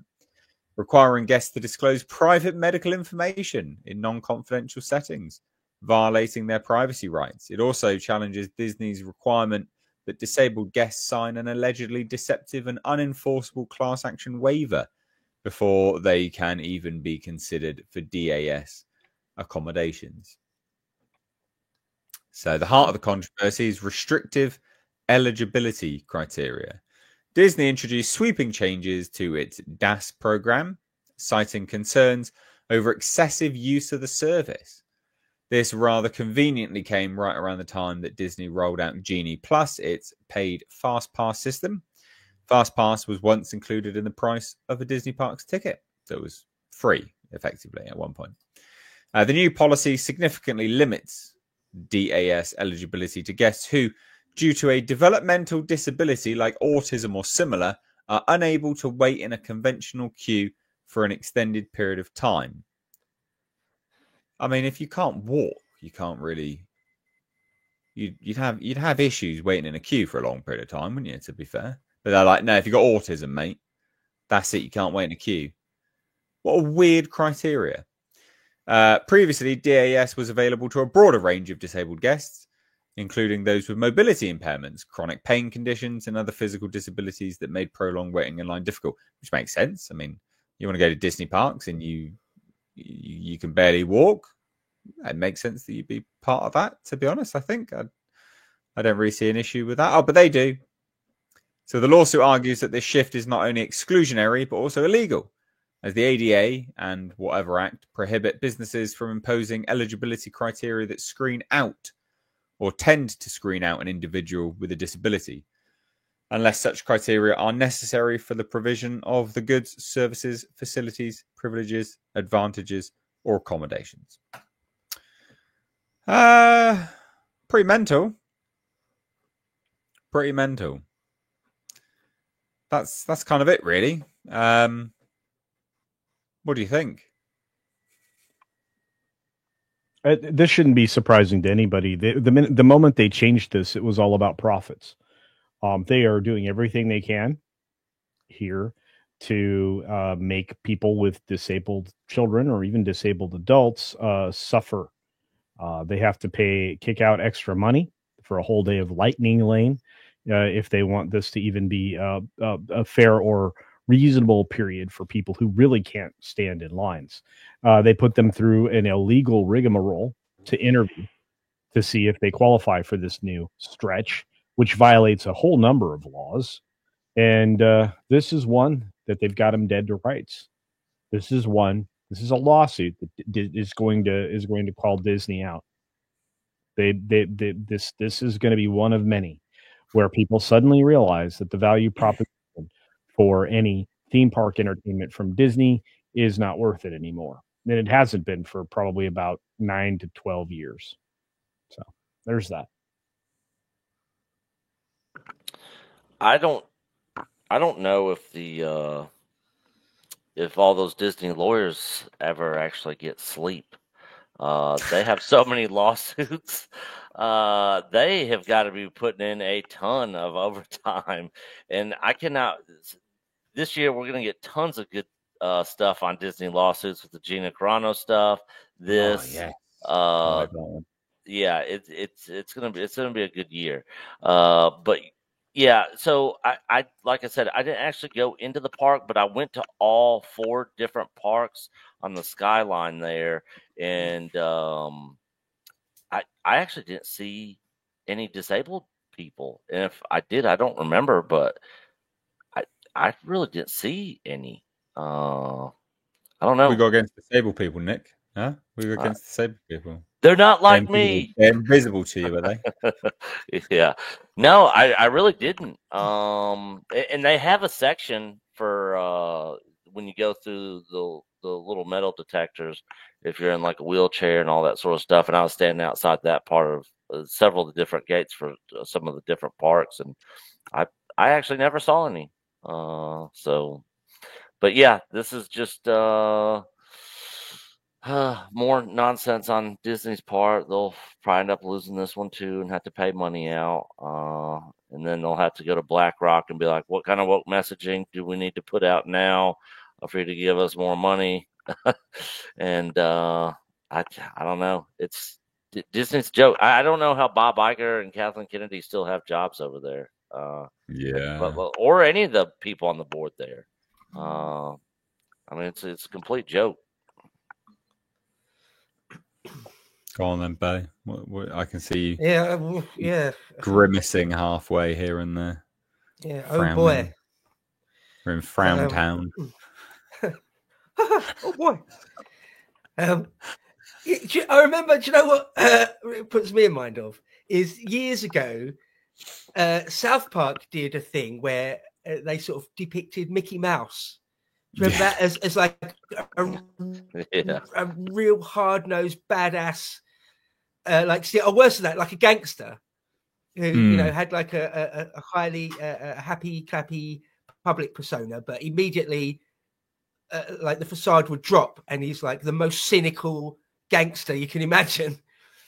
That feels like what Disney is. It feels like that's not a parody, that's not a joke anymore.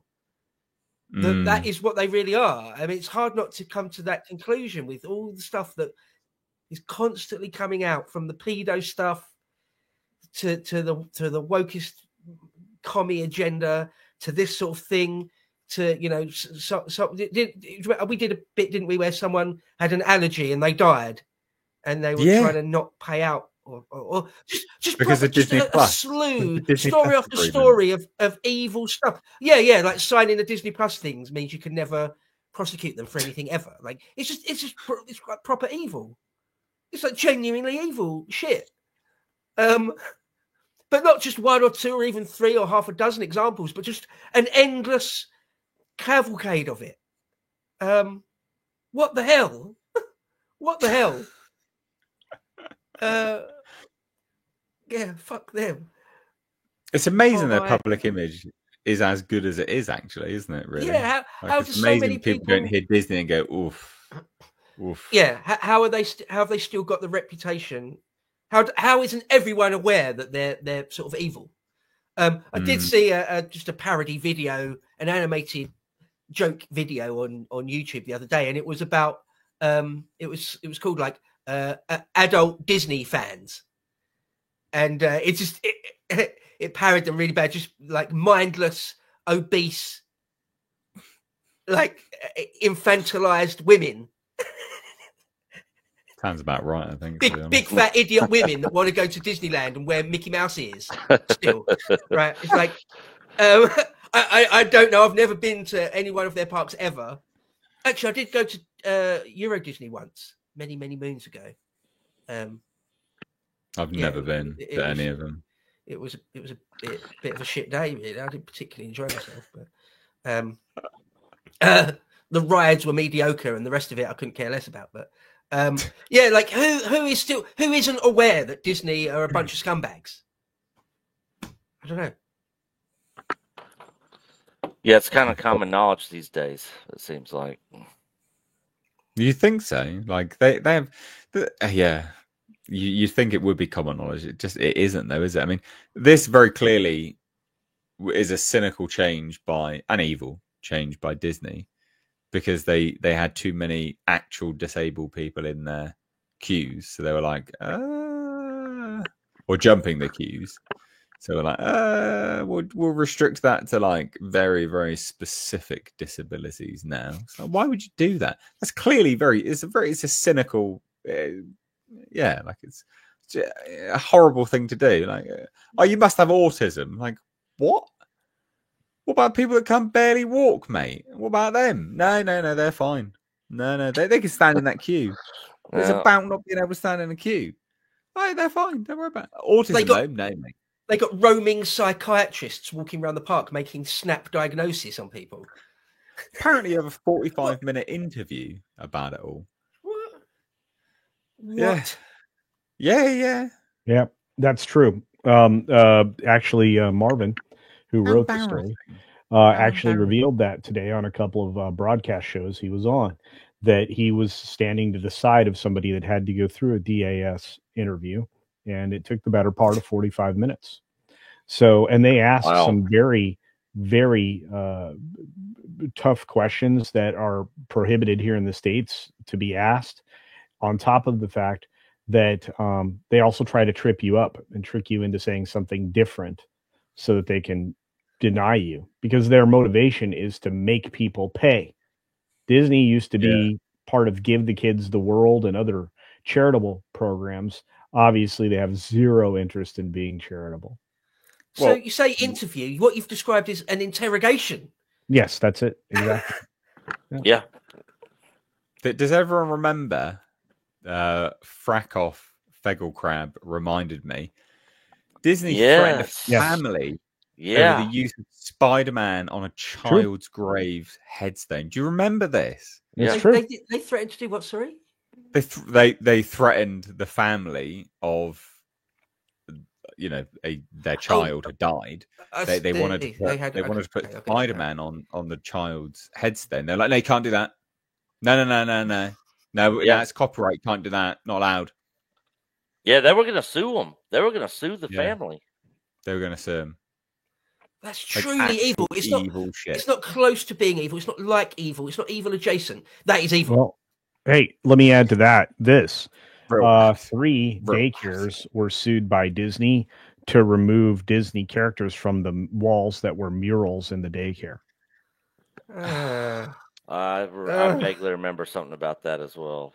Why would you do that? Like, you're advertising, like, it's a child's space, right? Like, it's like having murals in hospitals and things of these characters. That, like, a child in a hospital is awful. It's an awful thing for a child to go through. If they have to spend any length of time in a hospital, time moves so the perception of time is so different for a child, and their perception of these spaces is so much worse for a child. To see these characters that they obviously have a sort of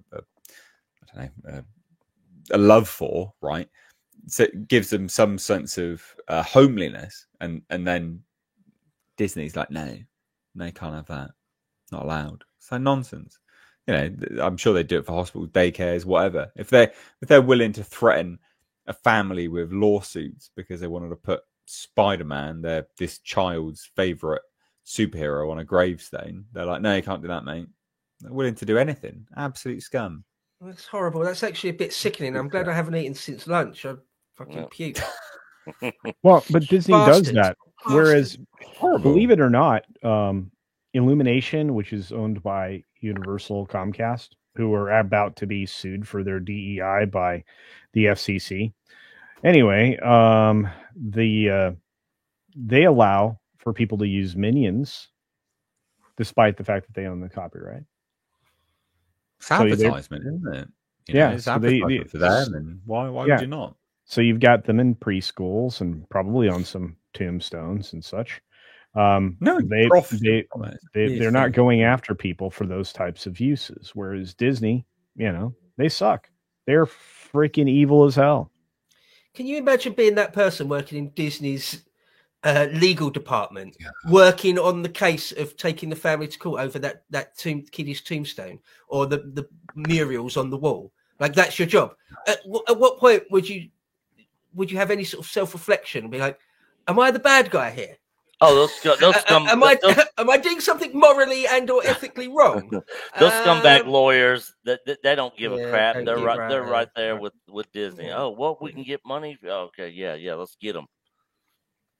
Yeah, Disney, truly evil, and now apparently they hate disabled people. It seems as well. So there you go.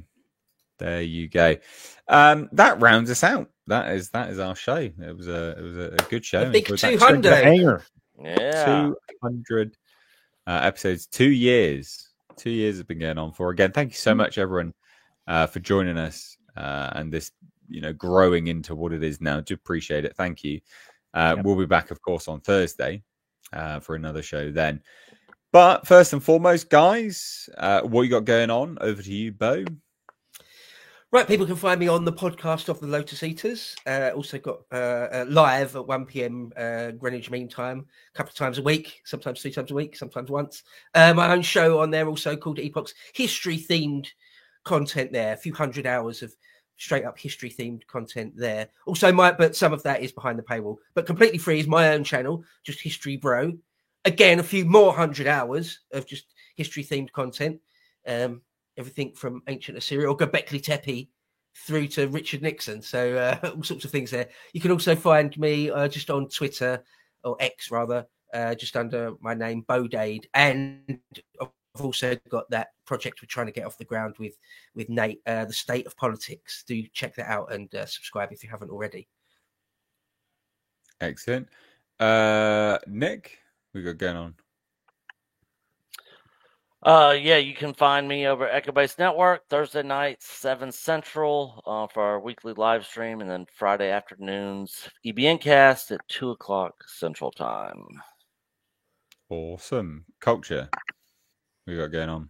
Well, I'm going to drop another video tomorrow. I dropped a video today. Please go check the one I dropped out today. Check out the one I dropped yesterday. It's all related to the dismal Disney failings across the board, and there are more on the way. Not to mention the fact that they actually were forced into removing both their website for Reimagine Tomorrow and Stories Matter, and just having them redirect to another Disney site because their belonging initiatives, which is the first letter in Bridge, which is what they're shifting to, is where they're going to start to move all this stuff. So they're really not going to get rid of DEI. So I'll have to make a video on that a little bit later. But on that note, check out my stream tomorrow afternoon, evening, depending upon where you are in the world. I have reached 30K. I'll be celebrating. And because of requests, I'll be wearing a bear onesie. So that'll be super fun. Amazing. I want pictures. Right, guys, thank you so much for watching. We'll be back on Thursday. Please do check out the links down below in the description box. You can find the links to everyone's channels down there, as well as the State of Politics, mine and Bo's joint venture. Please do hit subscribe there. Let's get the subscribers high on that. That'd be great.